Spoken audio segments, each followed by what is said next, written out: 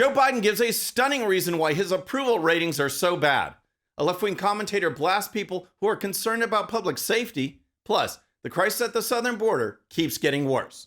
All that and more. I'm Bobby Eberle. This is a 13-minute news hour. And God bless the United States of America.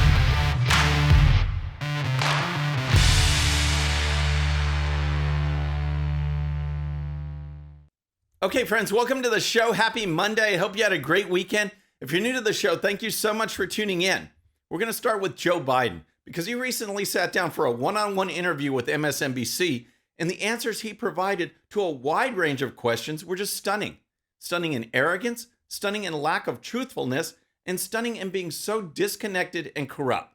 First, where do things stand for Biden now that he has announced his intentions to run for re-election?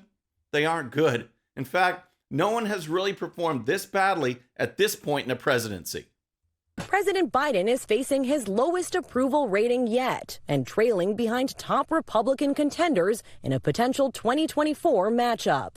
A new ABC News Washington Post poll finding only 36% of Americans approve of the president, not only his career low, but numerically the lowest on record for any first-term president, a year and a half from the next presidential election. That's the political landscape right now, and it's not surprising.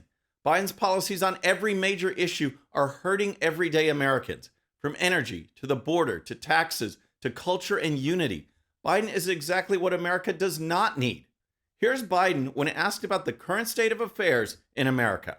And you talk about fighting for the soul of America, but can we level set in terms of the soul of America? Right now, hate crimes are on the rise, random acts of gun violence. Women are under attack.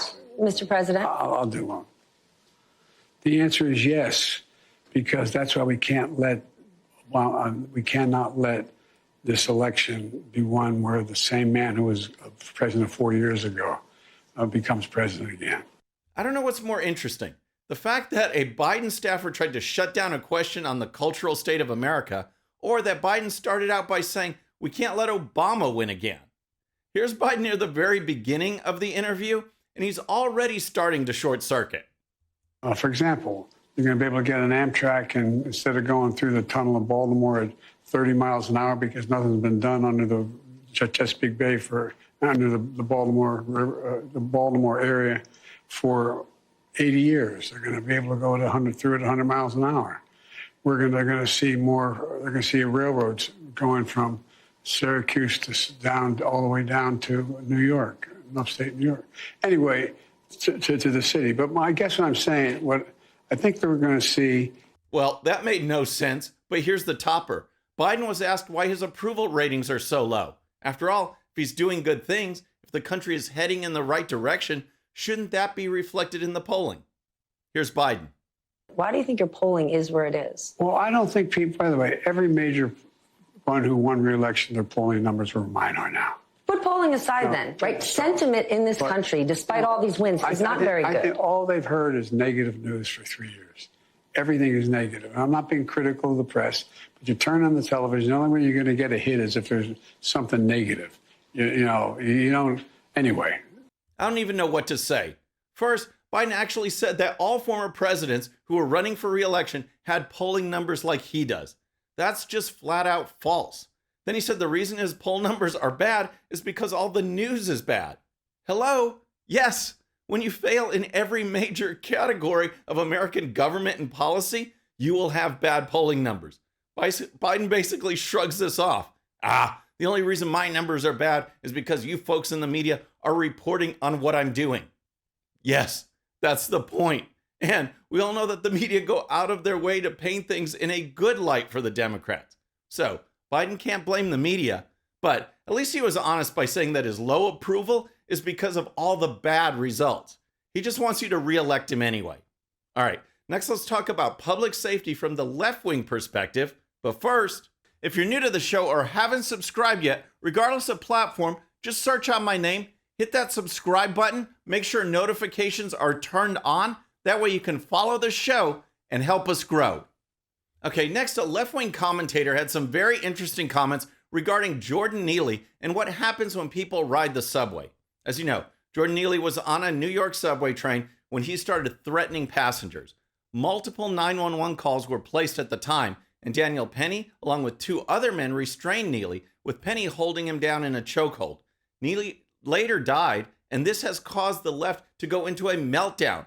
On Friday, I was on One America News talking about this story, and you can find that interview here or in the link in the description. The left wants to paint this as a racist attack. And here's the other thing. The left also wants you to feel bad about wanting to be safe on the subway. Yep, according to the left, public safety is an elitist, racist concept.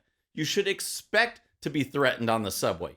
You should expect to encounter violence because some people riding the subway are homeless and mentally ill, and so the law doesn't apply to them. Check out these comments from left-wing commentator Emma Vigeland regarding her subway experiences. I was hit at one point sitting on the subway by a man who was having a mental health episode. He sat next to me and he was elbowing and kind of flailing around and hit me in the face and in my body. And it was jarring, right? The idea that I would want him to be hurt in any way, I just didn't want to be near him in that moment because I understood something was going on here. Every one of us who's taken public transit has had this kind of situation, something similar happen, seeing someone struggling. This is a great example of looking into the mind of a leftist. She admits that she's been hit before while riding on the train, hit in the face even. But because she's an enlightened leftist, she doesn't wish harm to other people. She doesn't wish harm to that person in particular. She's just going to sit there and take it. She says this happens to everyone who rides public transportation, as if being assaulted is okay. Of course, she totally misses the point, as those on the left often do. She's trying to say that you must expect to be harmed because you don't want to wish harm on this sick, homeless person. Well, guess what? You should not expect harm when you ride public transportation. And that expectation in no way implies that you wish harm upon others. She's making a false equivalency. You can want to be safe, and that's okay. It's not either I'm safe or the homeless guy is safe, so I'll let him punch me in the face. That's wrong. But Vigeland ups the rhetoric even more so that everyday Americans will feel bad about wanting to feel safe. My fear is not the primary object of what we should be focusing on right now. It's the fact that this person is in pain.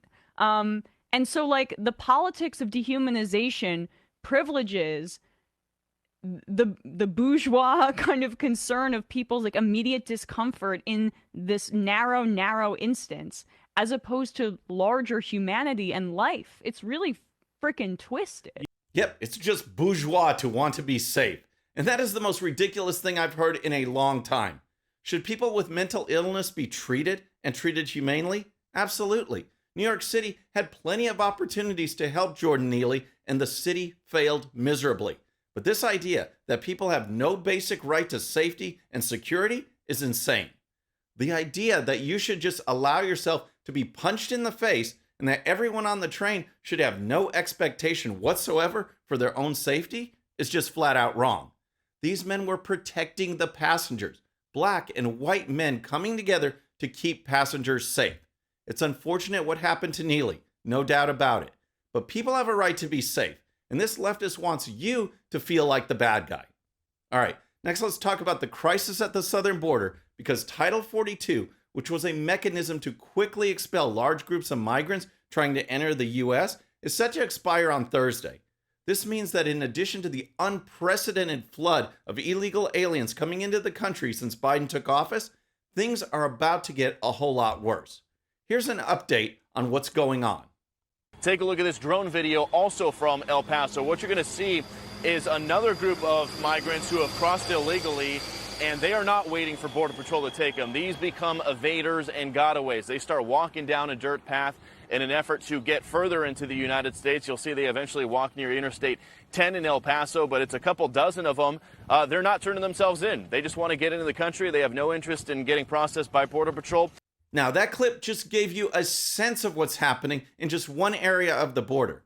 In addition to hundreds of thousands of migrants flooding the border and claiming asylum, when most are not legitimate asylum seekers, we also have people, as shown in that clip, that have no interest in being processed. They know they can just disappear into the country, and the numbers are skyrocketing. The number of gotaways at our southern border is shooting through the roof. Border Patrol says last week alone, there were more than 18,600 known gotaways at our border. That's almost 19,000 people who snuck into the United States successfully in a single week. That's what's going on. And in the meantime, you have Democrats like Pete Aguilar who do not care that the border is wide open. Instead, in an interview on MSNBC, Aguilar said America needs to focus on the so-called root causes of migration. We need an orderly process. I agree with you, Joe. That's absolutely something that we need to do. What House Democrats want to also make sure that we focus on are these root causes of migration. You know, people are fleeing in difficult and dangerous conditions. They're fleeing economic issues. They're fleeing because of climate change. Yep, fleeing because of climate change. Seeking asylum because of climate change. The root cause of migration are actually irrelevant when it comes to the topic of border security. Regardless of the reasons that lead to these record surge in the illegal border crossings, the federal government has a constitutional responsibility to protect the border. Root causes have nothing to do with that constitutional mandate. Here's more from Aguilar. Well, House Democrats want order at the border. We want asylees treated with dignity and respect. But we also understand the importance of making investments to ensure that that happens. Nothing on border security, just more spending on things that will not keep the border secure and Americans protected. As hundreds of thousands of migrants are waiting to storm the border once Title 42 is lifted on Thursday, America needs a real border security effort. And that is not happening from Biden and Mayorkas.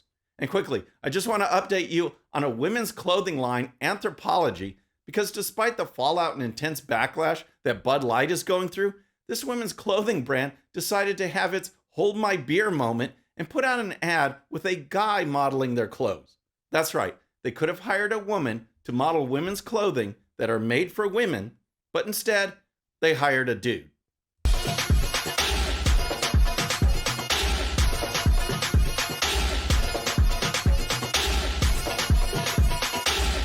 The comments were so intense that the company disabled them on Instagram, with one user noting, taking bets on how many times Anthropology can silence women in one evening. First with the ad, and next disabling comments. You may not hear us, but we've certainly gotten your message loud and clear. Great comments. And you have to wonder if these companies will ever learn. Friends, that's our show for today. I hope you enjoyed it. And remember, today's show's one sheet is available to Patreon supporters using the link in the description. The one sheet gives you the links to all the videos and stories used on today's show, so you can dive even deeper into each issue. And with that, our next show will be Wednesday evening at the usual time. Until then, I'm Bobby Eberle. This is a 13-minute news hour.